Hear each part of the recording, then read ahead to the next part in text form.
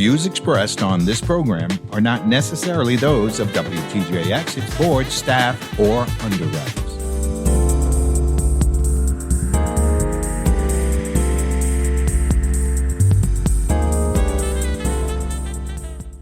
Good day. You are listening to Ability Radio. I'm one of your hosts, Amelia Headley-Lamont of the Disability Rights Center of the Virgin Islands. And today we have two guests, both of whom are longtime residents of the U.S. Virgin Islands, Lad Wallace and Lisa Wallace. Good day to you both. Yes, hello. Good morning. We're taking a slightly different tack this go-round. We're going to talk about disasters. And it's not with the intention to freak you out. We usually do this around the time of hurricane season, which is from June to November. But I wanted to talk to the two of you because I think, at least in my experience, when we talk about natural disasters, it's mostly focused on hurricanes and flooding and tsunamis. But I don't believe we've devoted enough attention to fire. Mm-hmm. And both of you have experienced both. Yes. And I was struck by a conversation I had with Lisa when you said to me, if I had to choose between a hurricane and a fire, I would choose a hurricane. I would choose a hurricane. And, you know, that no one wants either option, quite Exactly. honestly. Even a 5. Right. But I wanted to get and for you to share with our audience your experience and just give us some background. Sure. Okay. We used to live here, and we went through Hugo and Marilyn and Luis and Lenny and Bertha. Well, Bertha came before that. But we moved to California, and we've been living up in the mountains, on a mountain. And we saw that there were fires. We had a lightning storm and lightning all around, and it caused all these fires around. It was during a dry period of this, this season was dry. And I'm sorry. Well, it's a pretty traumatic event. I don't know if, Lad, you want to supplement that? Right. Well, the fire was caused by a massive lightning storm that ignited fires all over the state of California. We live in the mountains out of Santa Cruz. Mm-hmm.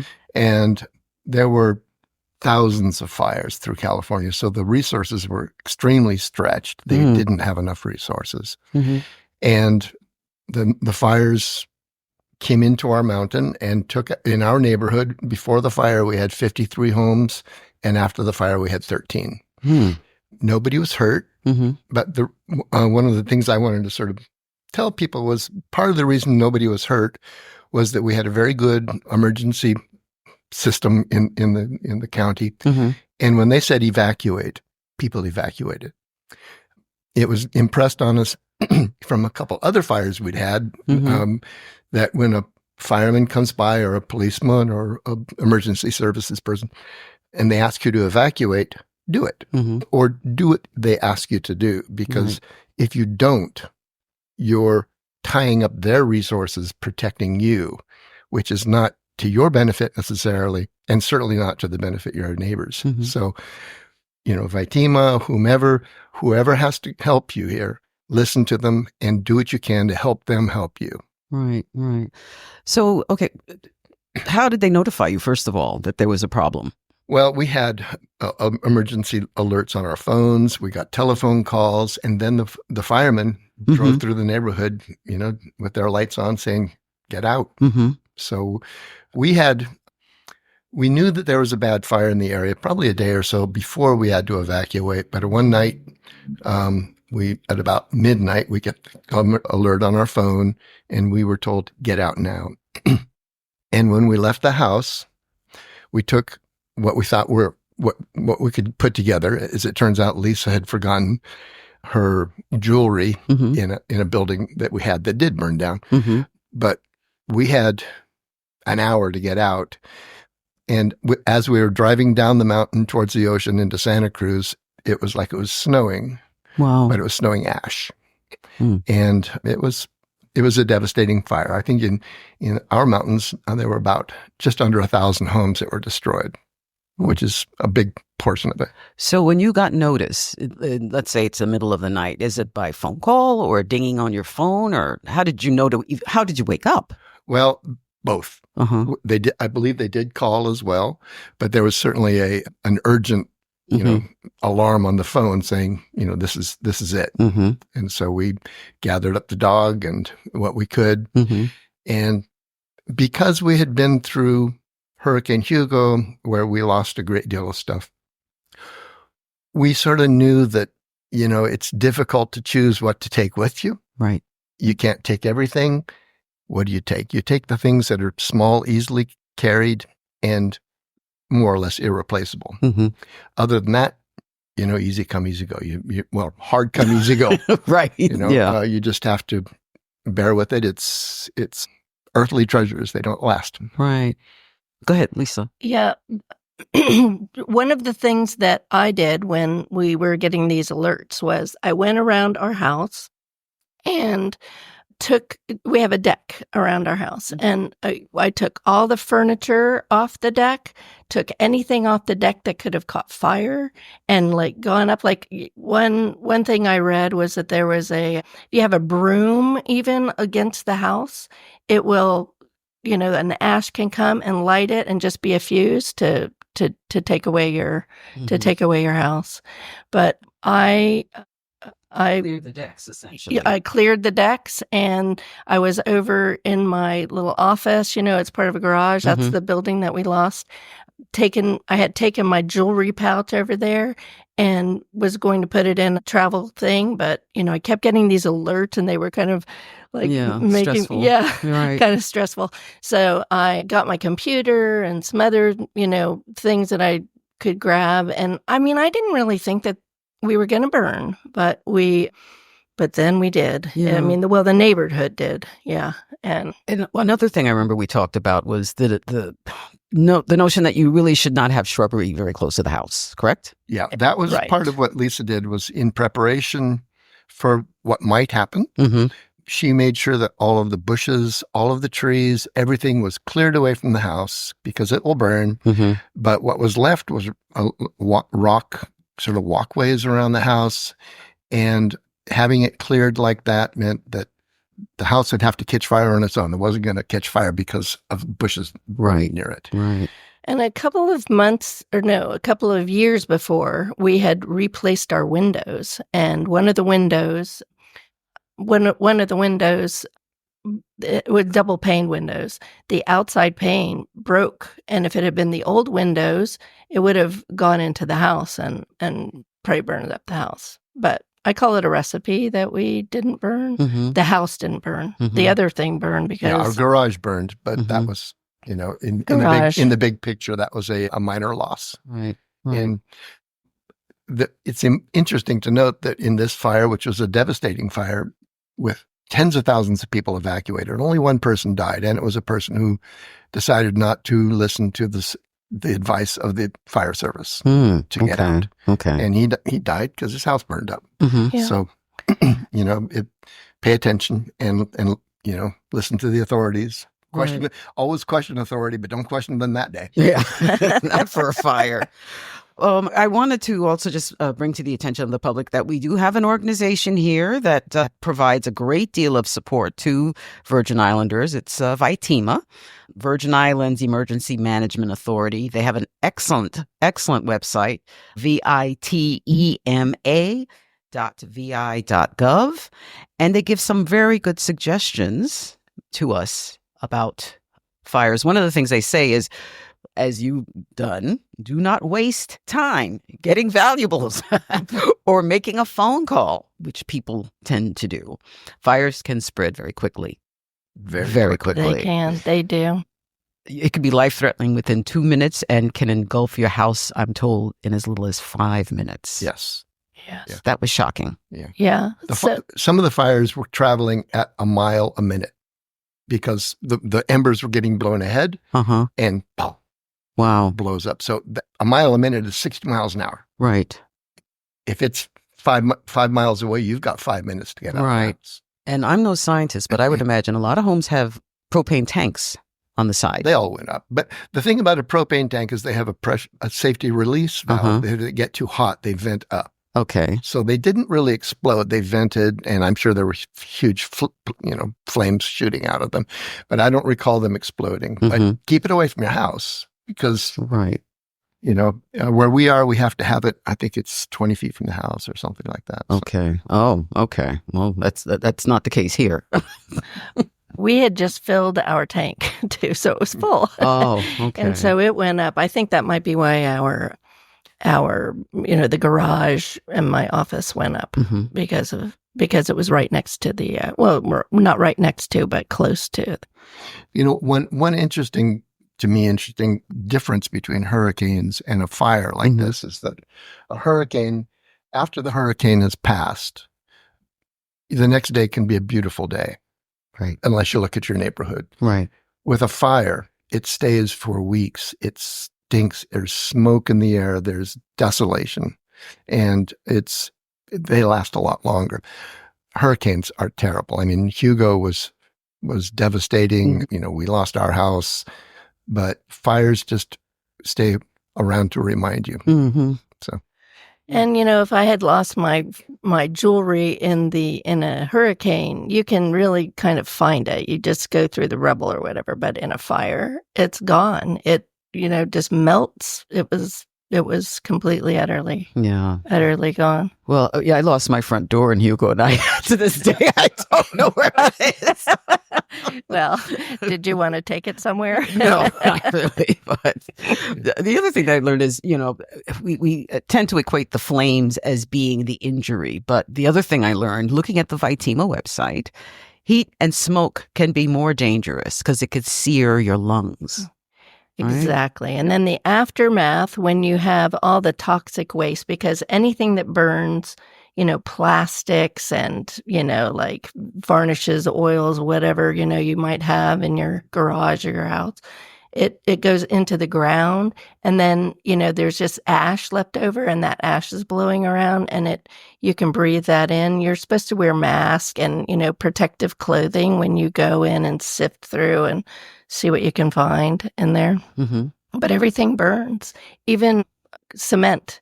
Cement I can't remember the word. Well, it doesn't burn, but I don't remember the word either, but it just basically disintegrates with the heat. The heat was so great that I had a motorcycle and the motorcycle melted.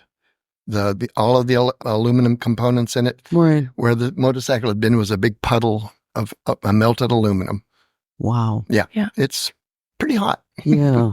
And it was hot enough that we had asphalt, shingle roof, and that had turned into just dust in the heat. So everything burns. Wow. Yep. So what other things did you lose that, do you miss any of this stuff? I lost some molas.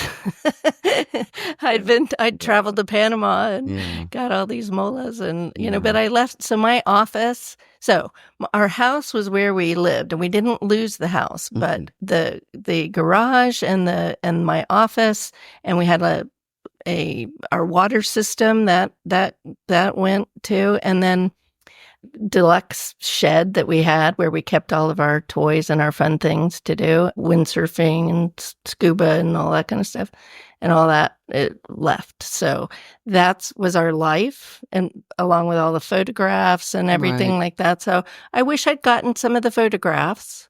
Wish I'd taken some of them with me. I wish I'd taken my molas with me. The things that you can't replace, maybe put a list together or something before any of that happens. Right. And then you'll know to either grab it or, and also take pictures of everything in your house or anywhere, because when you go to do your insurance claim, you will need to, be able to remember every little paper clip. Right. You list everything, and it's... One other thing about insurance is make sure that you know what your insurance covers. And if you don't think it covers enough, contact your insurance person today, because they will write it. They'll write a rider as of today. But often insurance brokers are not real proactive about making sure you've got enough insurance. They take your premium and they're happy to. Right. we were underinsured on our garage. We Mhm. didn't really know that we were underinsured. We were able to pay more, Mhm. but make sure you know what your coverage is and that it is adequate to cover your needs in the event of a total loss. Right, right. Good advice. Did you have already a go kit, so to speak? In Sort my of. head, kind of, Yeah. and I knew what I needed to do. But I didn't think I didn't think this fire was going to burn us up because it was far away. And we had been evacuated on 2 previous fires where we weren't burned. Okay. So Okay. Yeah, we were a little yeah. casual about it. Mm-hmm. But again, the things, you can buy them again, many of them. Right. Yeah, most things. And if they're the things you can't buy again, like family jewelry or photographs or something, they should be, you don't have to have this a kit ready to go, but it should be a box you can grab and put in the back of the car or the truck and get out. Right. I mean, the Vitima site refers to the leading cause of fire deaths. It's not from burns, it's from asphyxiation. Yes, Yeah. I can guess that. Mhm. Right. So as you talked about the fumes and Mhm. gas and whatever is stored and, Yeah, so we weren't there when the fire came through. I You know, hope not. Okay. Yeah, this was not a house fire. This was a wildland fire Okay. that Yeah. engulfed houses. So Right. that's a It's a little different bit kind different. of situation where, Okay. if your kitchen's on fire, Right. that's, you don't really have time to go collect, well, where did I leave my jewelry? Right. But the landscape, and there are times when, certain parts of the island is dry.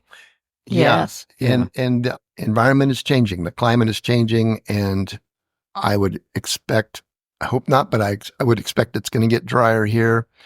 And it's not inconceivable. You could have some pretty bad fires. And, they don't have to be big trees. It'll go through the tantan and acacia, Mm-hmm. pretty easily Mm-hmm. and quickly. Mm-hmm. Well, there was a fire when we were here, when we lived on South here Shore. on the South Shore. There was a fire, and we helped put it out with some Mm-hmm. hoses. But it wasn't like a huge fire, but it was coming through. But if it had bush around the house could have caught Mm. fire. So Okay. Or a keep- lot of wind. Yeah. Wind is really not your friend Right. in a fire. And you do get wind. Yeah. You do get wind. Yes. Yes. Mhm. Well, one of the things that the Vitima site talks about is get a kit Mm-hmm. with Mhm. emergency supplies, have that at the ready. And the kit should have what? Water? What else? Water, pet food. If you Have you to have have a a pet, Your cell phone. your Yes. chargers, cash, I Yeah. would say. And, in case there's, you aren't able to use that, make sure that your cars have gas in them so that you can, and you should just keep that on the ready all the time anyway. Don't go past a half a tank. Right. Right. Yeah. Don't go low. Yeah, don't go low. Let's see, what else would we put in there? Your medications. If you have medications, you want to carry those with you. Phone numbers of your, usually these days, with your phone, you have all of your contacts in there, but have somebody, put together a list of people that you would contact kind of outside the area so that, and maybe let all of your friends know that, or all your family know that we will check in with that person. Mhm. And then if you need to know anything about us, then, contact that person and they can deliver any information. We talked about this briefly before. One of the things that was, again, on the Vitima website, they made a suggestion that there should be a long-distance phone number to call because it might be very difficult to make contact within the islands, within, say, our 340 area code. And I thought that was very intriguing. And Lisa, you were aware of that suggestion. Yes, I'm aware of that. And also so after Hugo, that was kind of before cell phones. Right. Right. But my family was contacted by the ham radio operators. So ham radio operators were helping, give, information to people off island, people on island. They were very instrumental. And I actually got my ham radio license in Santa Cruz. Mhm. We moved from Santa Cruz from St. Croix to Santa Cruz. But I don't I'm not very good at that because I don't have the right the ham radio. Yeah, the ham radio, because I don't have the right, what are they, antennas and stuff like that. It's kind of hard to do, but. Well, I just find it very intriguing that it's suggested that you should have somebody with a long distance phone number, because that individual will have greater options to reaching people who are in the midst of a disaster. Sure. Well, and in that sense, it's a difference between a fire scenario like we had and a hurricane, because a hurricane, Hugo, shut down the island of St. Croix. Right. Our fire was, it took out large parts of our neighborhood, but there are other neighborhoods across the street that made it. Okay. So, the long distance number of things is probably more relevant for here because most houses in Santa Cruz, most utilities, most services in Santa Cruz County were fine. Okay. It's just our neighborhood burned up. Okay. So it's a little different. I'd like to take this opportunity to really advise, if you haven't already done so, to sign up for Alert VI. You can get it on your phone. You can get email notifications. And actually, if you go to the VITEMA website, vitema.vi.gov, they will give you specific instructions as to how you can register for Alert VI. Obviously, in the event of an emergency, you would dial 911. And VITEMA has offices on all 3 islands: St. Thomas, 774-2244, St. Croix, 773-2244, and St. John, 776-2244. Similar number to the St. Thomas number. We will at some point, I am certain, get in touch with VITEMA representatives who can, bring us more to speed as to what's in store for us for 2025. But I wanted to take this opportunity, first of all, because I don't think we've had, at least I'm not aware of, having as much of a discussion about fire as we do with, the hurricanes and flooding and tsunamis and that type of thing. And I think it's also important to learn it from people who have it up close and personal, dealt with both. Yeah. Dealt with both. Well, one of the things about our situation is our neighbors lost everything.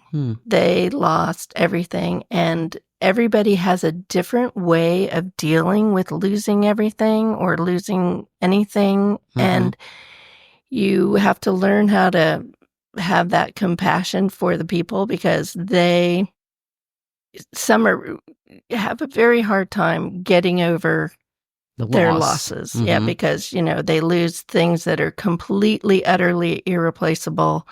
And like our neighbors lost some original Mozart music, so, and it's too bad they couldn't have grabbed that, but you just don't know, and you just want to get you out with your life rather than your stuff. Right. Yeah. I mean, you made a very cynical comment, but true. If you are warned to get the heck out and you don't want to go, and then the next question from the emergency person is, well, who's your dentist? Right. Because that's all that will be left. Your teeth. And maybe your metal knees. Then they can identify you. Then they can identify you. Don't mean to be morbid, but yeah, that's they were the not reality. Joking. They were making a point, actually. Yeah. They were not wrong. That's all that's left. Wow. One of the things they also mention is the VITEMA site is make a plan, family members, because that was the number one thing. The Disability Rights Center had done a survey, and we wanted to know what stressed you out the most. And the number one thing was, it wasn't no food, no water, not being able to get in touch with my family. That was number one. Right. And I was really struck by that. Yeah. Yeah. Well, again, in our case with Hugo, I was lucky. I worked for a company called Mount Eagle Corporation that was a while ago. And it was owned by a large corporation that was able to bring in supplies. And among the things they brought in were ancestral cell phones. These were car batteries with a little tiny phone on top. And we would go up on top of the mountain, and we could get a signal to St. Thomas where they were able to bring it in. But any kind of communication outside was really terribly important because we knew we were okay, Right. but we had parents and siblings and kids who were scared to death that we were Right. something had happened. Right. And it makes you feel better to know that they're not worried, Right. Right. and that's important Right. Absolutely. Absolutely. because you really want to deal with your own grief without having to worry about them so much. Right. No, understood. And we didn't have cell phones then. You're absolutely Well, right. it's- Not in it's 1989. Not in 1989. It's Yeah. a different world now, but Yeah. they require cell phone towers, and in the event of a big hurricane, those towers may be horizontal. Right. You know. Right. Well, we only have a couple minutes left. What would you like to leave our audience with? These events will take things from you, and remember what's important. The things, even irreplaceable things, that's probably a nonsensical term. Mhm. Everything can be replaced. Keep your lives and your sanity. Right. Right. Lisa? And, have compassion for your fellow people who have lost all of their things or haven't and are dealing with just the stress of a disaster. Disasters bring out the worst in people, or can. Well, I'd like to thank you both for sharing your experience with us. Thank you. You look robust, and so you weren't, kicked over by this, which is encouraging as well. Yes, you can survive anything. Folks, thank you so much for listening to Ability Radio. Have a good day. Bye-bye. The views expressed on this program are not necessarily those of WTJX, its board, staff, or underwriters.